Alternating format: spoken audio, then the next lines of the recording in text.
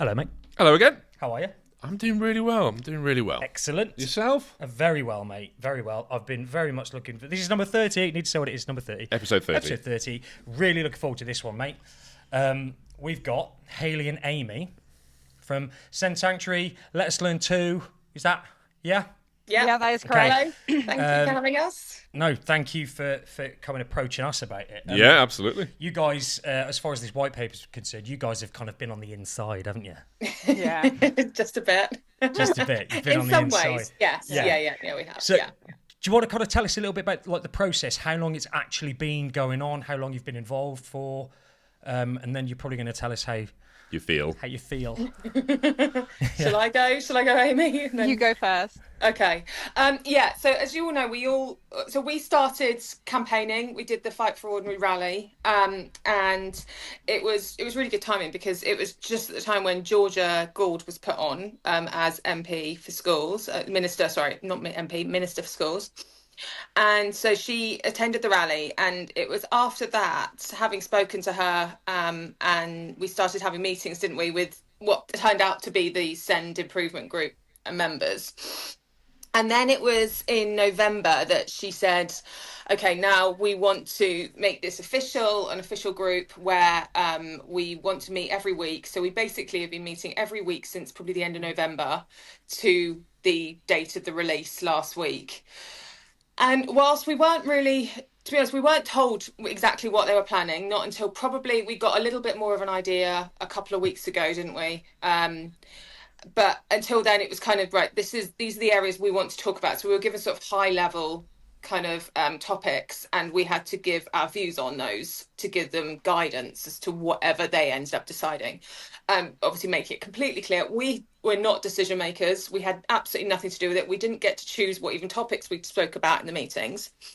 But we obviously could get a sense of the direction that they were going from those meetings. Wow. Yeah. Okay. That's a really important part to push, is that you guys weren't decision makers. No, definitely. Unfortunately. You were essentially you were kind of sounding boards for the community as well as you could be. You can't keep everybody happy. You were just trying to do the best you could possibly do with the knowledge you had, and kind of use your influence to try and get everybody's kids in the best place they could be. And I imagine that's a bit of a balancing act, because you want to push. But again, you have to be very mindful that if you push too hard, piss people off, that door that's been opened for you to get involved could very easily get shut.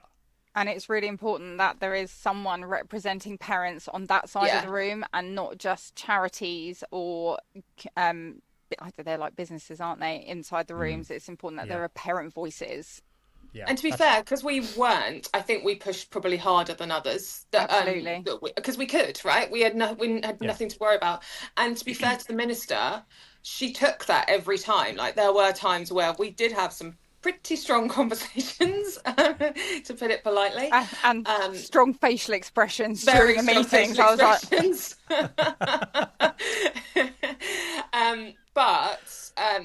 never at any time did we feel like, oh, we've gone too far or anything like that, or the minister made us feel like we couldn't do that. So, like, I know there's a lot of sort of angst when it comes to the government and MPs and the way they work, but I kind of feel like we need to give credit where it's due. Georgia Gould did do very well with that. Like, she did take on board everything that was being said. She was happy to be challenged. And whilst we didn't always agree on everything, at least we felt we could say it. Yeah. Which was quite refreshing. We'd probably echo that, wouldn't we, in our experience with Georgia. Yeah, absolutely. Personable. Yeah, very that's personable. The word. Yeah, happy to be pushed. In fact, almost like she wanted to. Sometimes she'd almost encourage it. Yeah, exactly. So full credit due, like you say. Although you might not be happy with everything that came out of it, credit where it's due. She was happy to be pushed. She is very personable. She's. I found her to be nothing like a government official, to be honest. I found her very normal. I agree. Yeah, she was really down to earth with it. Yeah, not aloof at all. Which was actually really refreshing, because I've met a lot of ministers over the years, and she was probably the most interactive and pleasant, compared to others. It certainly wasn't patronising in any way, and still isn't. Really good.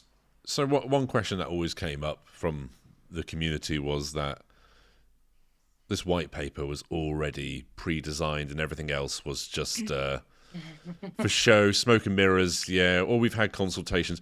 Were they receptive to views that you were putting across, or did you sometimes feel that this is just us going through the process? I think that they were receptive. I honestly do believe that the outer walls were already in place because they wanted to release it, didn't they, last year at some point at the beginning. They decided to hold off because they wanted to get more input going forward to try and get it right. So I think it is better than what they wanted to release, which we never saw at the beginning. I think that they did want to listen. I openly challenged them. I know that Hayley did.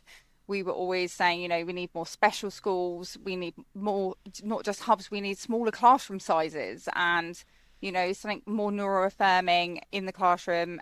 But it's whether they want to carry it on once it's come out our mouths. Yeah, there was one thing in particular that we even right up until probably 2 weeks ago, we were still going back and forth on things when we had a bit more of an idea. So it gave us a chance to challenge stuff more strongly because we got a more direct sense of direction.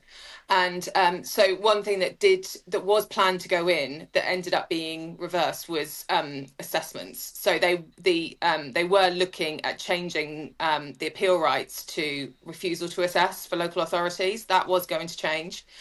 And one of those strong meetings, and we did follow it up with a further meetings, which the minister gave us time for, was to basically say we cannot go through and support this. Like, this is not, you can't do this. And it was hard and it was stressful because it felt like there was, and as obviously everyone knows, there's a lot there now that isn't great and actually is detrimental in terms of overall rights to appeal, but we just felt like, come on, this is too much. You're taking away too much here. And so the rights to appeal to assess was put back in to where it was before on the basis of that challenge. That's really good to know, because that isn't something, at least when I looked through, that's not something that was clear to me in the white paper. So that's really good to know. Because I know a lot of people were worried about that. And I think, that's a decent chunk of what the tribunals were all about was, I was like 24%, 25% was just refusal to assess in the first place. Never mind whether they got the school they wanted or the content of an already existing EHCP. So, so that actually is really good news. I thought this was all going to be bad news. So, no, not all of it. Okay. But what was their thinking to even put that on the table to refuse they it? Thought it would be they thought the routes that they wanted to put in would be easier for parents and less quicker. What's the word they use? And not antagonistic? Is that right? Yeah, they do have an. I can't think of the term. I do generally feel like they don't quite understand still just how bad it is with local authorities, and I don't think we've got that through. And it was, if you ever get Georgia on here, she'll tell you how many times I said to her, local authorities will not do this. They will still continue to behave in the way that they already have. This will not change. And I felt like I was a broken record at times because I said it so many times in the meetings, and I don't think that still got through completely, if I'm honest. I still think they are naive to just how bad it is out there. And so I think this was all part of that, this idea that everything, once they put these new processes in place, is going to work perfectly. But the reality is we've seen 10 years of it not. And the same people are still employed. The same people are still making decisions. So how is that going to change? So and accountability is not enough. Yeah. And there needs to be more. I did send a very long email with ways that would be really good for accountability for local authorities. And how it would give faith for parents to see these being put in. So hopefully something will be done with that. Yeah, sorry. No, go on, you're fine. No, there was one other thing we did get put in, and that was the ability, well, not the ability. So what is going to happen going forward is if a local authority consistently make incorrect decisions which get to the tribunal and they are consistently found, it's found against them, then that local authority will have to essentially explain themselves to whoever that group is going to be right now, to say, look, this is how we're going to amend our processes in order to address that failure. So we won't, hopefully, and like we say, time will tell and it depends how it's all written, but the hope was in that, and I'd say again, that was me and Amy and the DCP pushing strongly for this one, was that we can't have situations anymore where you've got local authorities that are just rejecting 65%. So, for example, when I started campaigning, my local authority was rejecting 65% of all kids for assessments. That we're hoping that will mean that will stop, or certainly get nipped in the bud a lot quicker than it ever has been before. So that was another thing that we did actually get sort of that is really good.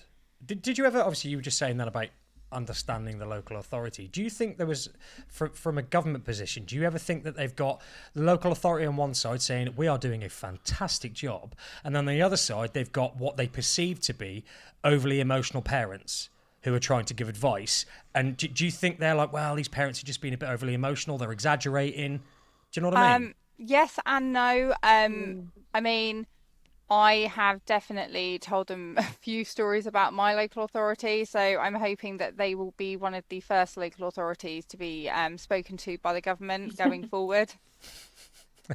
Hopefully they'll get a nice little letter on their doorstep in the coming weeks.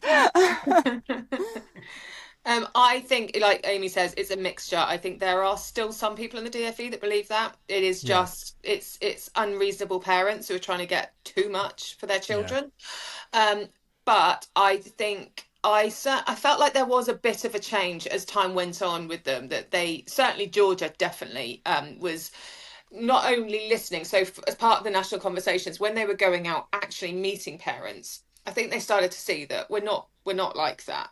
And when I had discussions with her, she was literally telling stories back to me about children that had been refused to assess, that very clearly should be assessed and get support. So I think they did take it on board. Whether that stops at the minister and there are still people beyond her who still believe that way, I don't know. And but it's difficult, because when you see the white paper as it is, you still feel like that viewpoint is there, because otherwise why change it in the way that they have?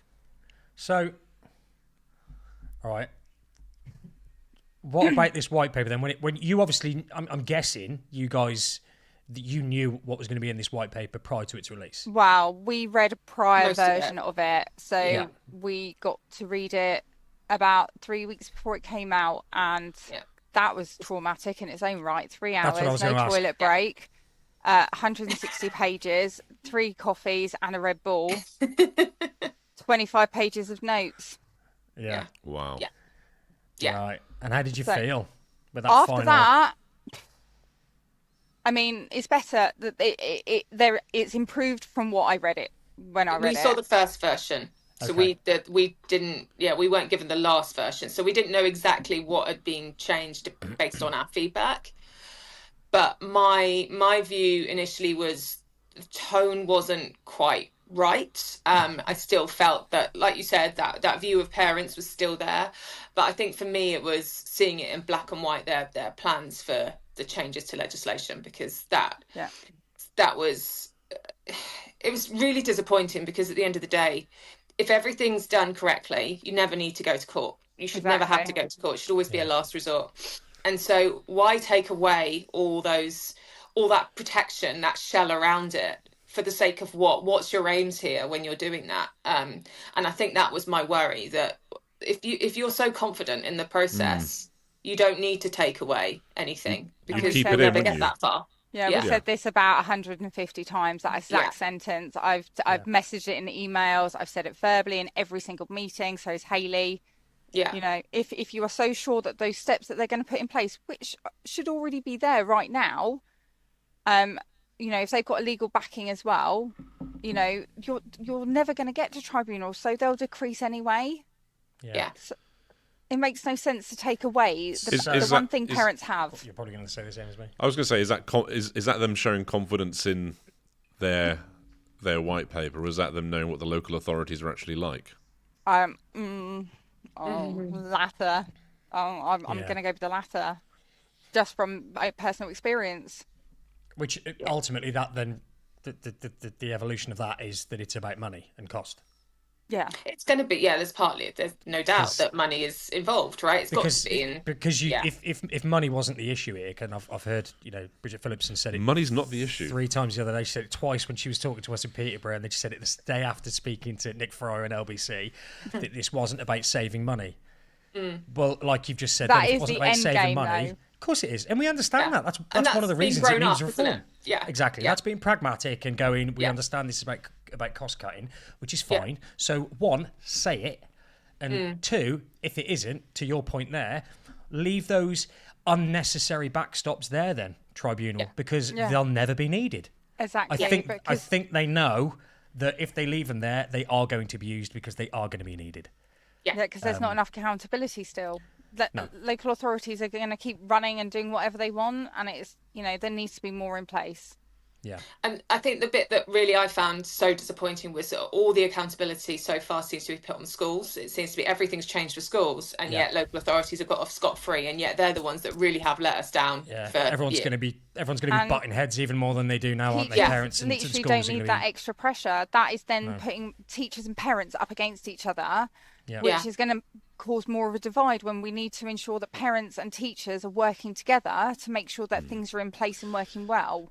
Yeah. But this just makes neurodiverse parents look neurotic then, doesn't it? If you're an outsider looking in a neurotypical family, and now all you hear about your local school that your child attends is how those parents over there keep butting heads with the school, the head, everybody else like that. Oh, they're just troublemakers all the time.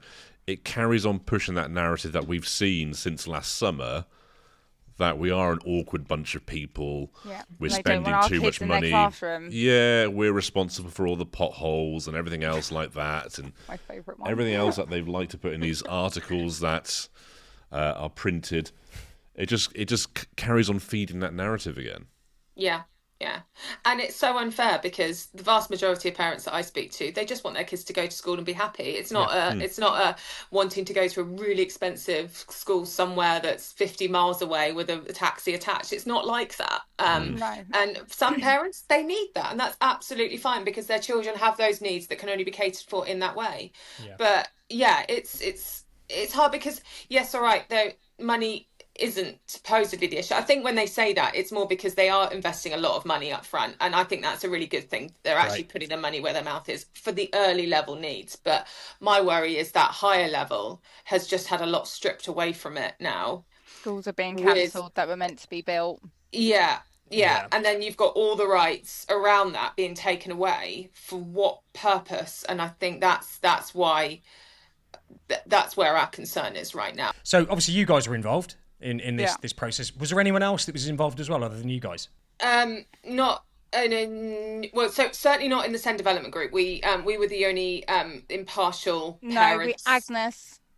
Oh, latter, yes, more recently, yes, you're right, yes, she was. But yes, at the beginning it was us, NMPCF, DCP, Disabled Children's Partnership, the Council for Disabled Children. The difference. There was some, head teachers, various other people. I'm trying to think who else was there now.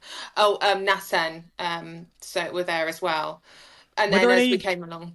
Sorry, were there any private entities involved? No, okay. That's only charities, I think. Okay, no private equity companies or anything like that. That's okay. No, that's interesting. No, cool.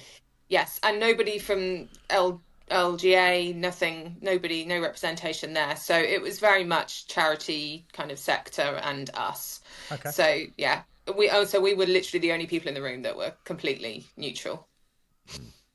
And is everybody on the same page, or is there difference of opinion? Broadly, yes. I think nobody really had any. We certainly didn't have any strong disagreements within our group, did we? No, but there's obviously disagreements online between wider groups. Yes, but those not in the room. Yeah. But within in that room, no. I think everybody broadly just wanted the best for the children, for the kids. If I'm honest, so that was generally the sense in the room.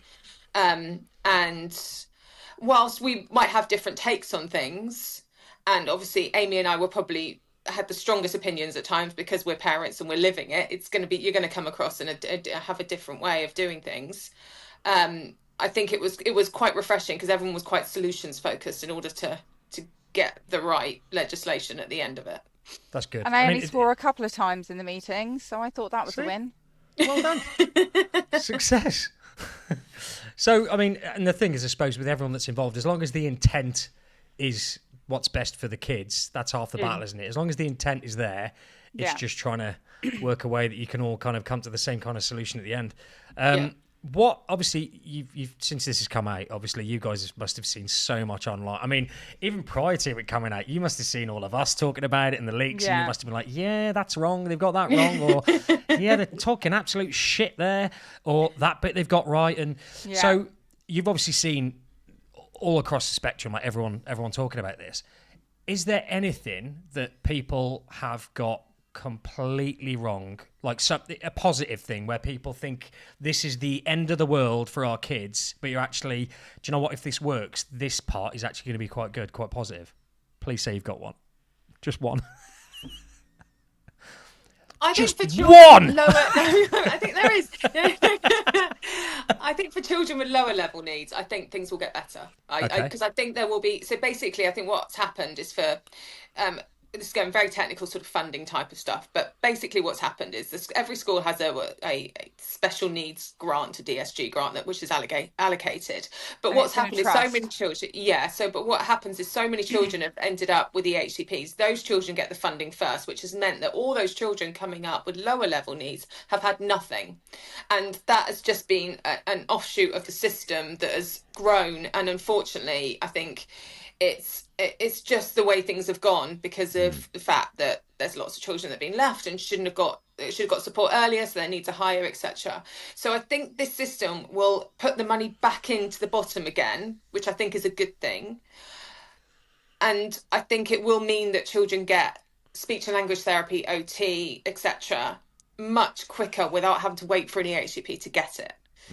Also, it kind of help schools that didn't really want send children in it. They're gonna have to take them. Because I think they're changing the way that, because obviously if you don't have GCSEs and things like that, normally schools then take a knock of where they rank, and so schools didn't want to take children because of that. Because they want to maintain their businesses, their standards, So now I do believe there's a shift and a change coming with that. So it's more of an incentive for schools, and each school will be forced to take children. Therefore, it will be an all-rounder instead of having a honeypot school, which has taken a massive financial hit, like my daughter's school, because all of the SEND children in the area literally flock into it. They've got like nearly 40% of children with SEND. I think it's 35% with EHCPs.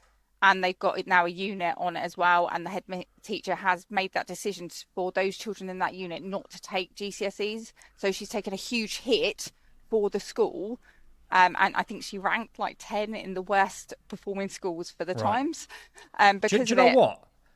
That is positive anyway. Even if you took SEND out of it, like putting kids down this narrow pathway where they've got to do GCSEs and they've got to do SATs, like that needed to be got rid of years ago. I agree. Years ago.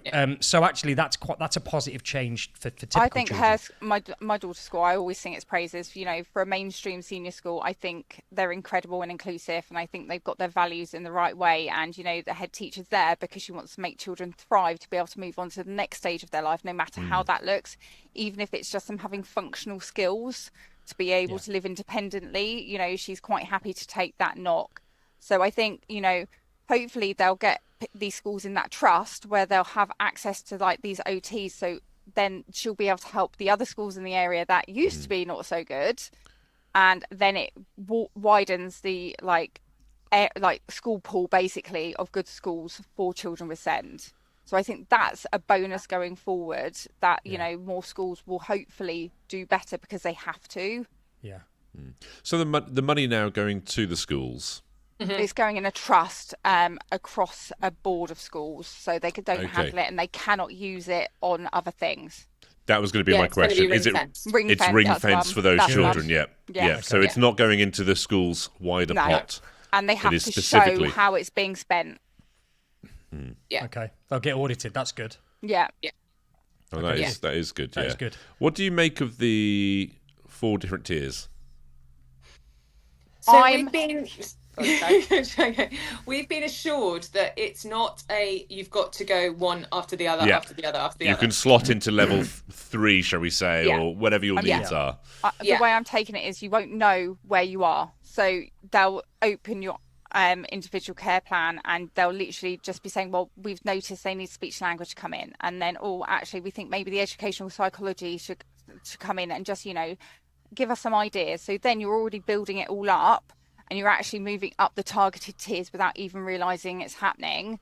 And then they're like, well, we need these interventions in place. And if they don't work, then more are put in. And that's when you get to the top, because maybe nothing's working. And they go, well, we've got this whole evidence base of everything we've tried. Mainstream isn't working. We're having to go down what was it called again? Specialist package. There we go, for a specialist package. And then that's when they go, these are the schools for you on that package, and hope that you like one of them. Yeah. Okay. Right. Yeah. So I think the problem with that is, and the worry is, and I say this as a parent of a child in this exact bracket, there is a lot of support that you get right now in your EHCP because it's listed in your EHCP, right? It details on day-to-day level what your child needs, if it's written well. Obviously, these aren't the ones that are written badly. Yeah. The problem is, by moving it to an ISP, all of a sudden you lose that legal right, because you can only, because it's going into the ISP, which means you can only appeal to the school. That school will then go to obviously that complaints panel will be a board with one independent person. But if you've got a board of governors that's 5 or 6 and you've got one independent person, they're going to be drowned out very quickly. Yeah. So that worries me, particularly for the higher level needs kids who do need extensive adaptations to their day. And if you're relying solely on the school to do that, what happens when they don't? And then, so for those children that aren't quite at the specialist package level, but are on a very highly adapted curriculum level, how will that work? And I think they're the ones that I'm worried the most about right now. No, I was just going to go back to that there. So obviously in the white paper, there is that one independent, I don't know, SEND specialist, whatever you want to call, that would be on that particular panel there. The rest of the people on the panel, you said governors, would they be the governors of the school? So no, would they be really? Oh God, I didn't realise they could be just the regular governors of the school. So I could be a governor of my school. I'll have no SEND experience. They can be the ones from that school, though. I think they have to be from different schools. Are you sure? But they could still in essence just be. They can still in essence just be regular parents with no experience of SEN. Yeah. Nah. Who now will have the power over somebody else's child. And you could also be one of those parents that is getting extremely pissed off at how your school's changing, how your particular child isn't getting what they deserve anymore. Why is all this money being spent on? That's a problem. Yeah. They now will make up the majority of that panel. Complaints panel, yeah. And I don't think it's clear if there is what the complaints. What do you do then if you're not happy?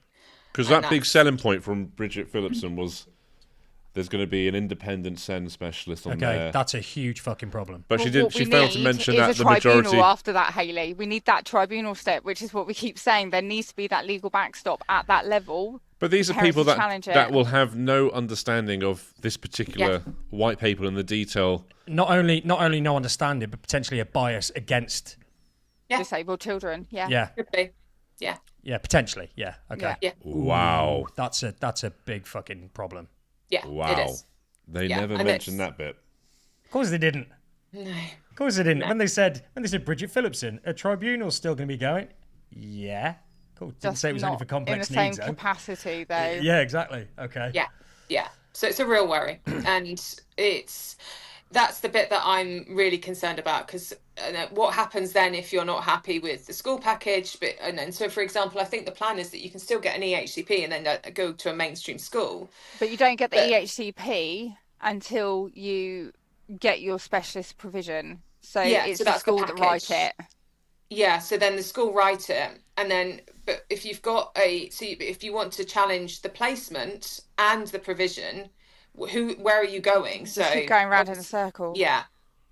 And then there's no end to it, because there's no way to stop it. Because if you go to tribunal to challenge the school they've given you, they go, we agree, that is the wrong school. Let's pop you back to the LA who made the wrong decision, who you've got no faith in, because they don't know how to do their job. Yeah. And then they'll give you another school that's wrong, that you're not happy with. You have to challenge it. Oh, look, another 20 months. But separately, the actual plan itself, then you have to go back to the school with. So you've got, whereas you just had one appeal process, you've now got double appeal processes potentially. And one will just become a loop. Yeah. My God. Yeah. So you're going to get more parents pulling their children out of education. Yeah. No, because there's a Children and Wellbeing Bill that will stop that. Oh, what's that? Have you not heard about the Children's and Wellbeing Bill? You might want to Google that. They're going to make it incredibly difficult for children with plans, EHCPs, SEND needs to be withdrawn from school without the local authority first allowing you to do that and doing a home meeting with you. And then if they decide that you cannot take your disabled child out of the school placement, you have no choice but to continue to put them into a school placement that is not meeting their needs. Oh, yes. Take me to court. Like, nah, really? Yeah, and you will literally be forced to keep your child in a school that is failing them. It's really bad. I don't want to be hyperbolic. I don't want to be hyperbolic, but like this is going to... You've said the two go hand in hand. Lives are going to be lost if parents are being forced to force their children into these situations. And unfortunately, the white paper and the Children and Wellbeing school paper slot together really well so that it does remove that right to taking your child and home educating them. So who's in charge of your child now then? Is it the local authority? Yeah. Wow. Do you know what? Wow.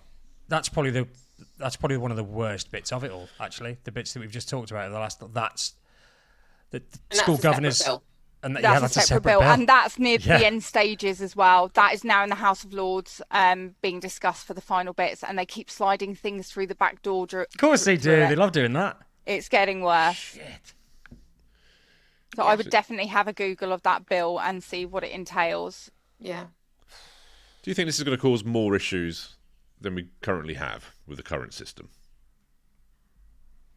I think the basis of the bill, the Children's Wellbeing Bill, or the white paper. I like the basis of what they want to do with the targeted support, the helping hands, but that should already be there. Yeah, that's things that should already be readily available now, and schools aren't putting in place because, again, there's nothing to hold them accountable.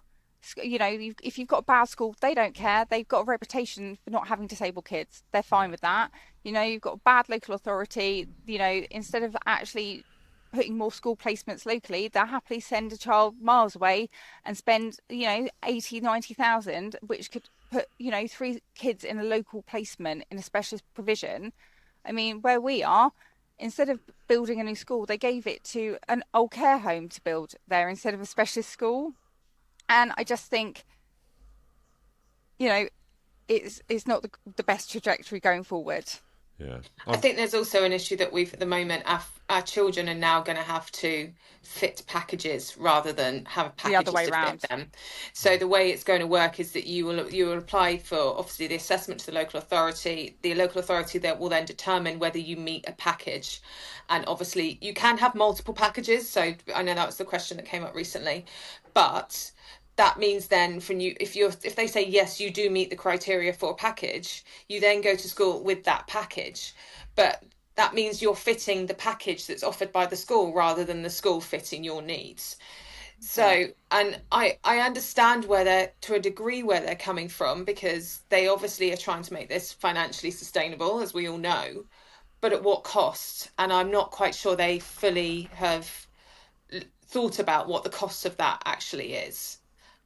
So, like I said, I think early level kind of special needs and identification and things like that will get better, but I'm very concerned about the high level needs and the support that's going to be surrounded there.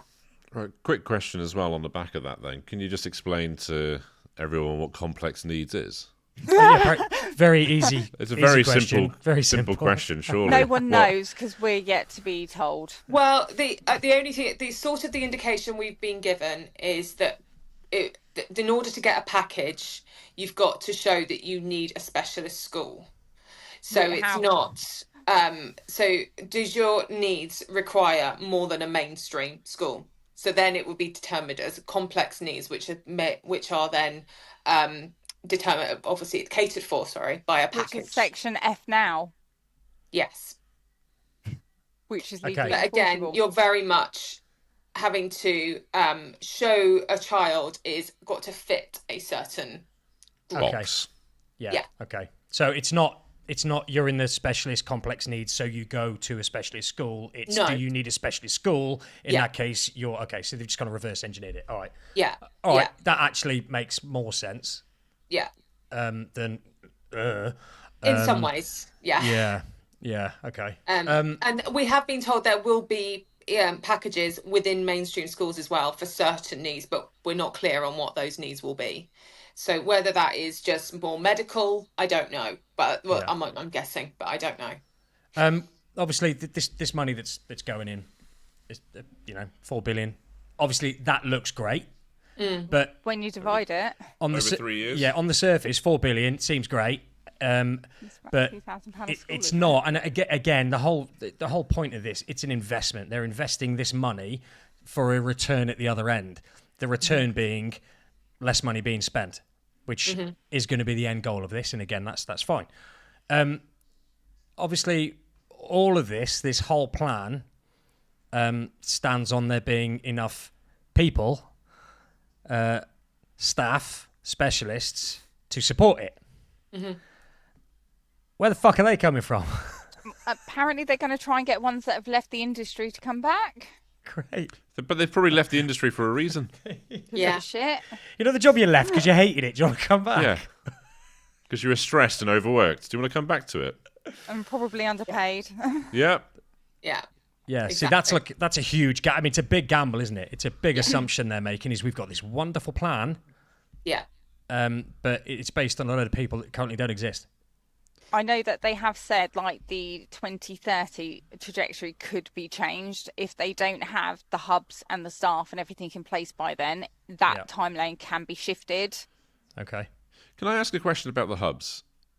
So we go into a senior school, comprehensive school, and they talk about a specialist hub. Obviously, for me, looking from the outside in, I just imagine one room, which then accommodates kids from the age of 11 to 16. How does it work when they say we're bringing a hub to a school that's going to meet these kids' needs? Yeah, do you imagine like a porter cabin? Yeah, I just imagine that we just attach a porter cabin to the school. Because I think they wanted to do new infrastructure in schools, didn't they? They were looking at it's going to vary. Depending on how much the space the school has got itself.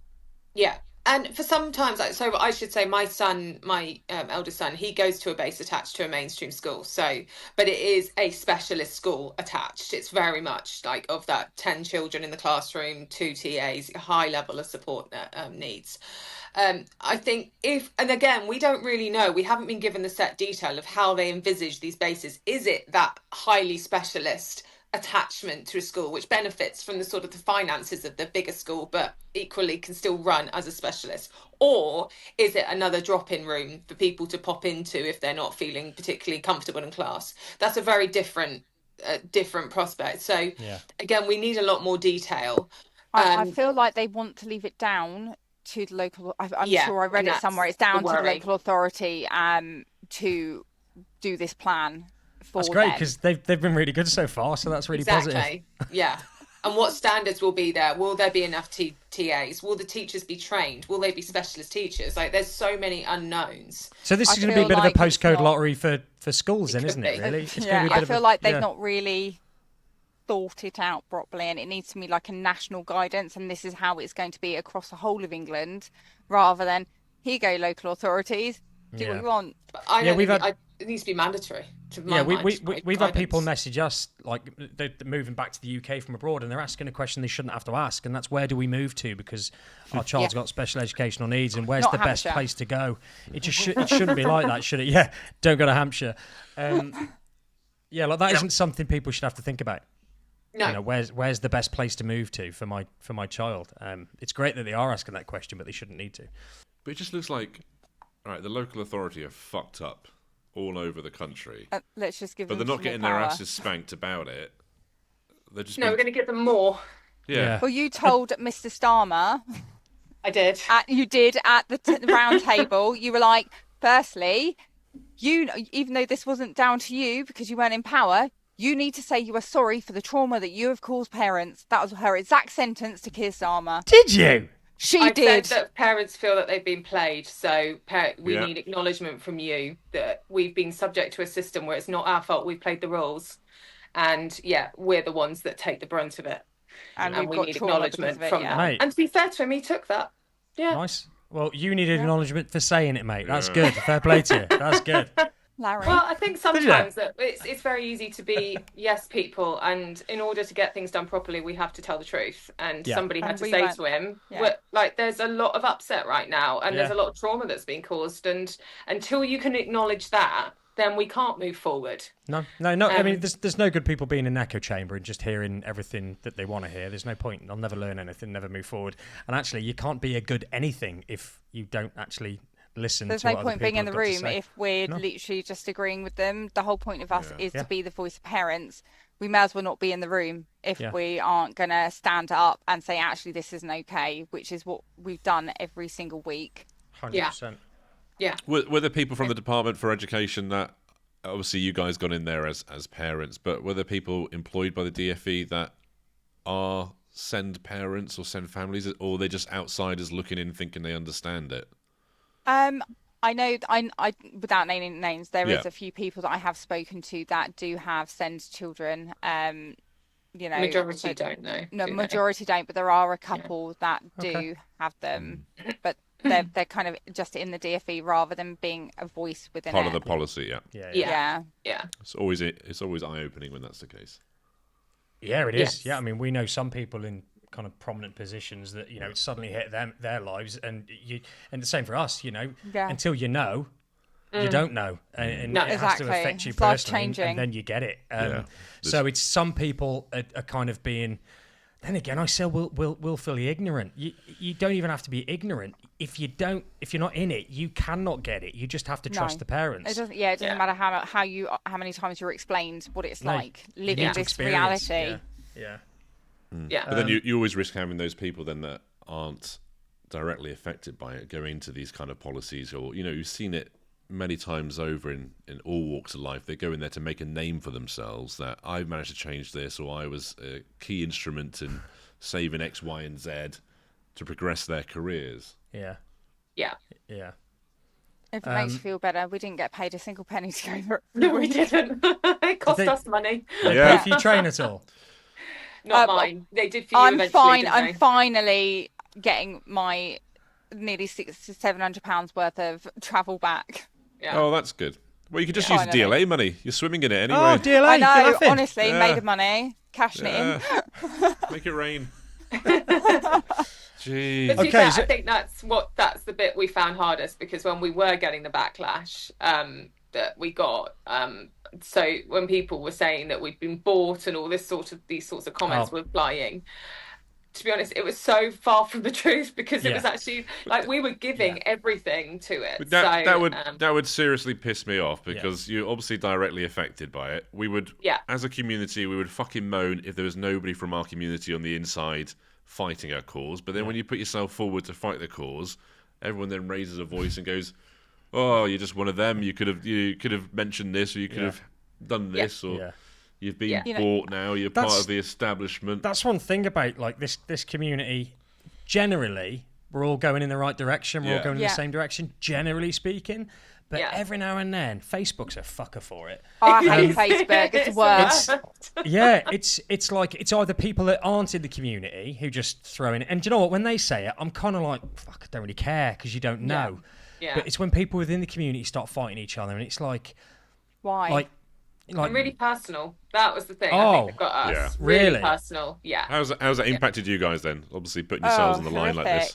It was really hard at the time. I think you just wonder like why carry on? Because you just think, well, if nobody's going to support you and you're giving everything, your family is sacrificing. Like both of our families had to sacrifice stuff because we weren't there week on week for the past 3 2-3 months. Yeah. Well, you've got kids with additional needs. Yeah. I've got 3, so yeah, it's not been easy. Exactly. So like everybody's in it, and so the last thing you need is people to attack you just because you don't think exactly the way that they think. Yeah. And I think we've just got to get to a point where we just understand that we're going to have different views. That's fine. That's how we make progress. But that doesn't make one of us wrong and somebody else right. It's just different. Yeah.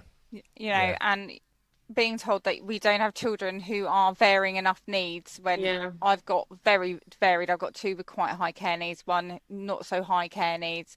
You know, also being autistic with ADHD myself.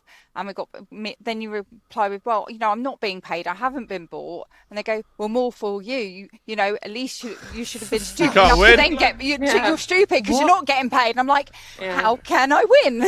Yeah. I've got, like, publicly, they've said that nobody in the group knew anything about the law. And yet I'm a solicitor. So things like they direct comments to that degree. And you just feel like, come on, guys, like, let's respect each other for the contribution we're giving. So, it's hard. These are sometimes the people that won't go out their way, though, to actually make a positive impact in the community. They'll just sit there and chuck shit from the sidelines. Which is easier, right?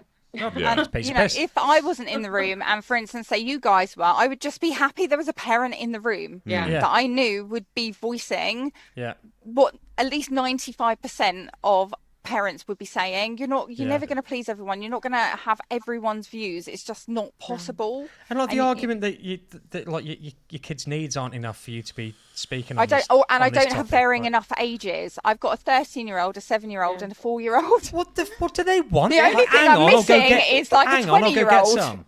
Like, yeah, it's just ridiculous. I mean, like we talked about it a lot. Like, you're in a situation, I know Andy and myself are, where our kids do fall into that complex bracket, but actually that makes us better off as far as our kids are concerned, because yes, our lives are going to be harder, but our kids get the support. But then this was the guy. Basically, we there was a reel that we did a little while ago, just saying when Lydia got her placement at the specialist school she attends, similar sort of thing for every one placement. Say there was 20 parents that missed out. Yeah. And my clip was, I was absolutely delighted my child got the placement that she deserved and required. Yeah. And then I said afterwards, I thought about it, and I realised that there would be 19 other families who would be suffering. And somebody put in the comments... What did he say? Well, he said something like, well, it wasn't that much of a dilemma for you, was it? Essentially, like you're not crying hard enough. And so, oh my God! Yeah, so me and Gaz, I said to Gaz, like, well, what the fuck are we doing then, spending our money trying to go down to London to help send betweeners, because speak for the community? Because we could have just gone... Fuck it, our kids are sorted. Yeah, our kids are fine. Exactly. We're absolutely fine. But then that's it. That's kind of where we are. We're in a situation where our kids are probably going to get the support they need because of the complexity. We're not just doing this for our kids. Yeah, we're trying to do it, and that's what you guys have done. Yeah, that's where I was at. Well, where we were both at. We were sorted up until about 3 weeks ago. Yeah. Both of us and now we're both down the tribunal path again. Can't fucking wait. Yeah, it's nuts. And the thing is, you can't keep everybody happy, and it doesn't even matter what the issue is, especially Facebook. Like, I'm direct to the camera. If you are any of those people that sit on fucking Facebook just looking for shit to say to people, just fuck off. Yeah. Go get someone to give you a hug. Like, just find someone for a hug. Speaking of a hug. Speaking of Facebook, I was just saying off camera to you, Amy, that literally last week, a certain newspaper put an article out, and it was just slamming Send Children after the white paper came out and the families and everything else like that. And we talk about teachers being trained. There were comments in there from current teachers who were agreeing with the article, saying it's a lot of neurotic parents, it's bad parenting which has led to their children being like this. You didn't get it in my day. And these are still active teachers. So how do you train these individuals? Yeah, you don't. You show them the door.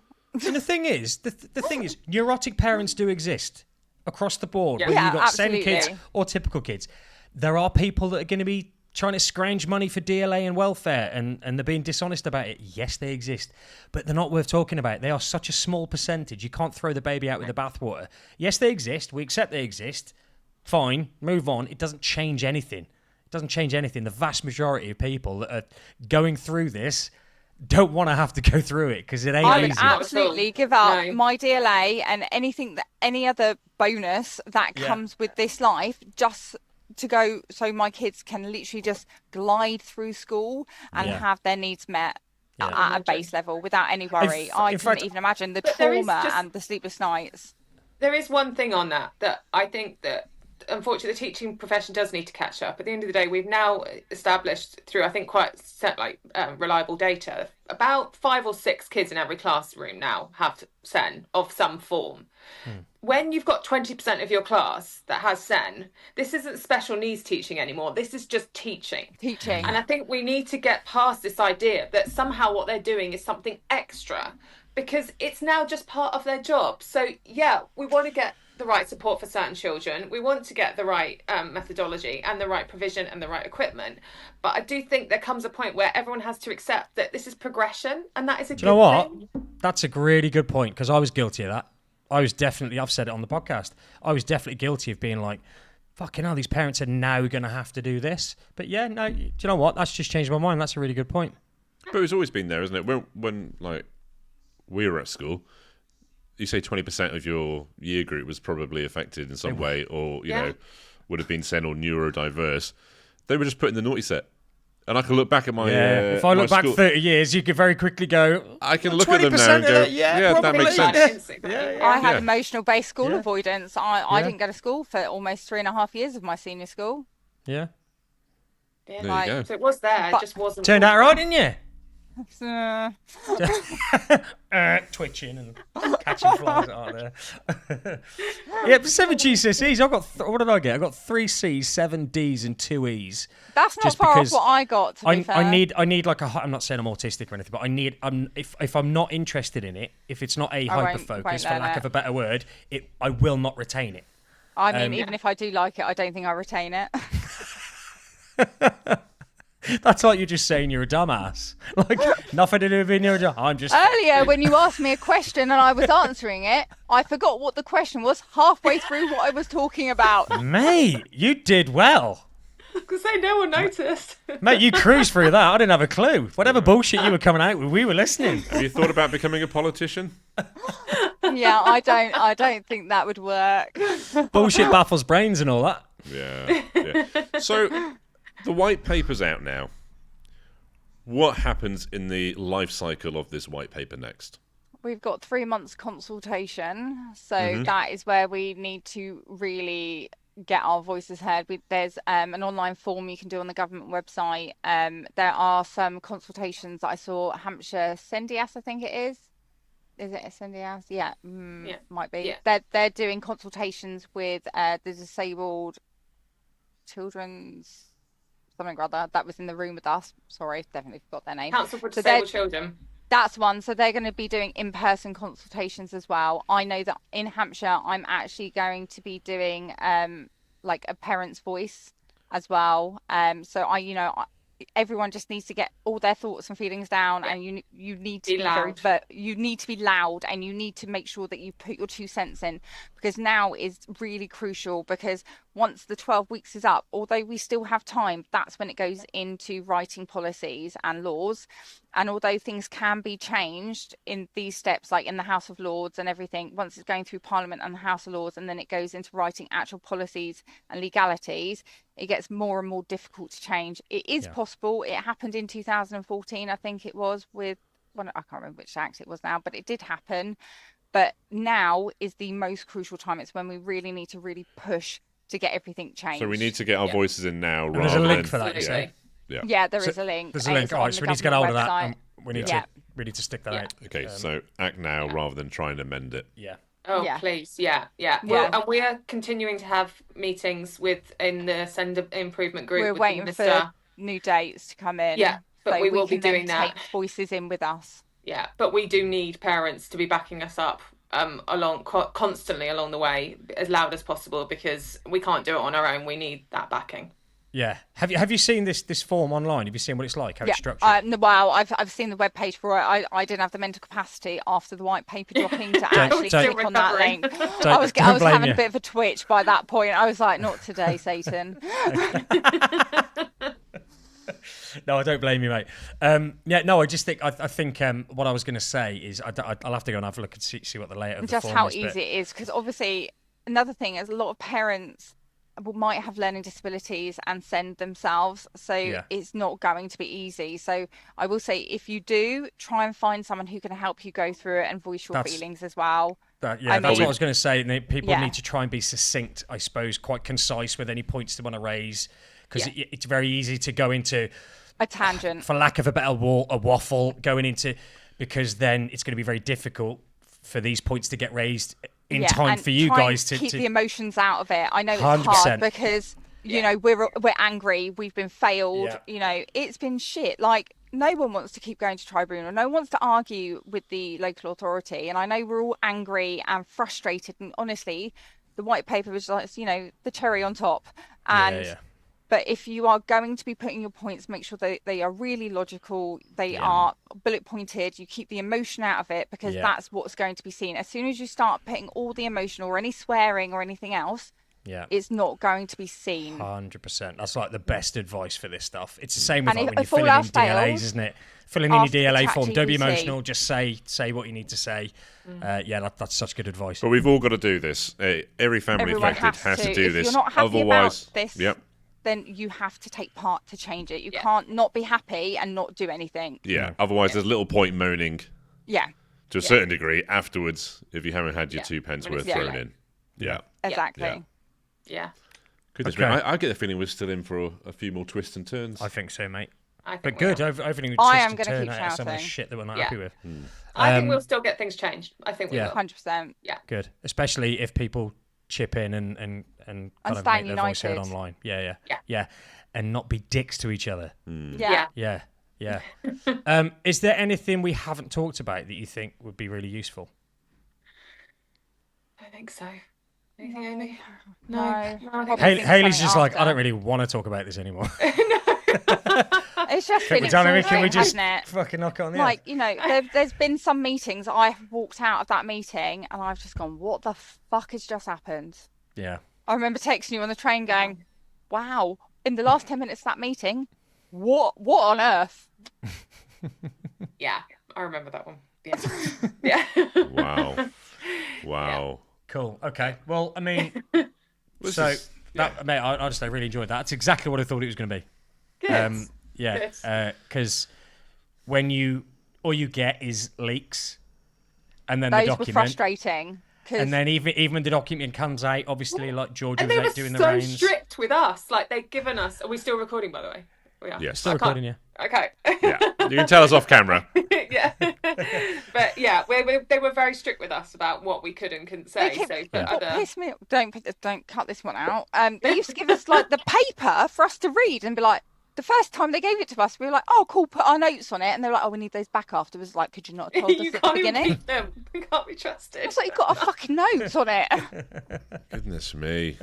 So, nothing was allowed out the room. Okay. No. Well, that's But they know it wasn't us. So. We had a couple of embargoed emails just the day before and the morning of. We thought we were special for getting that, but you guys were really special. You were like well in. Which actually was more painful than... It was, and it was always really short notice as well. It'd be like, and tomorrow? I'm like, cool, I just try and get my husband to get another 2 hours off work for free. Yeah, we get a bit of that sometimes. Like, we have jobs. Like, we've got 9 to 5s. We can't literally just drop everything. And luckily, I am self-employed, but still, I'm like trying to sort childcare for 3 kids. It still hits you in the pocket, though, doesn't it? Yeah. It does. I've been at a loss, a massive loss, like probably about £4,000 since November. Like, financially, that's how much I've lost. Wow. But I never went into this to gain anything other than to make sure, you know, children are going to get the education so that they're going to thrive. No one wants their kids to go to school and be traumatized. Like, how is that going to make them upstanding members of society? Yeah. They're actually going to then be a tax burden, which is an economic problem. I don't know how they can't get their head around that. And that's actually the goal at the end of the day with parenting. The whole point of parenting is to make your children the best they can be upstanding members of society that they can be, and be liked by people. Yeah. Like, just be good, people, not necessarily pay taxes. Who said that? Farage? Farage line? Wow. But, just be the best they could be. That's literally all our jobs are, really, as parents. Yeah. That's literally all we're supposed to do. Just fulfill their potential. Exactly. Yeah. So, is that it? I think that's it. I think that's it. Guys, thank you very much. And thank you for financially, emotionally, you've obviously put yourselves in there, but financially, I became a raving alcoholic sacrificed for like 3 months. That was where extra money got. It was probably about £4,500 actually, with the amount of alcohol I brought. Well, I don't think the amount you spent on booze. You can't really complain about that. Mine would have been double. Yeah, would have been double that. No, thank you very much, and thank you guys for actually going out there and standing up for all of us as well. It is absolutely appreciated. And to be fair, you guys were pretty quiet about it. You weren't moaning about it. You were just getting on with it. I think almost all of the community had no idea how involved you really were.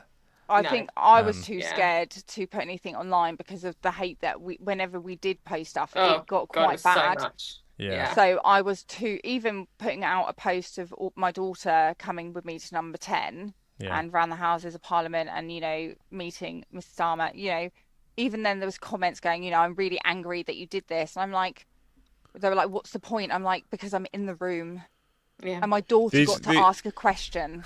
These are the same people that say, they're the same people that would say, like you said there, why are you doing that? You're a sellout, blah, blah, blah.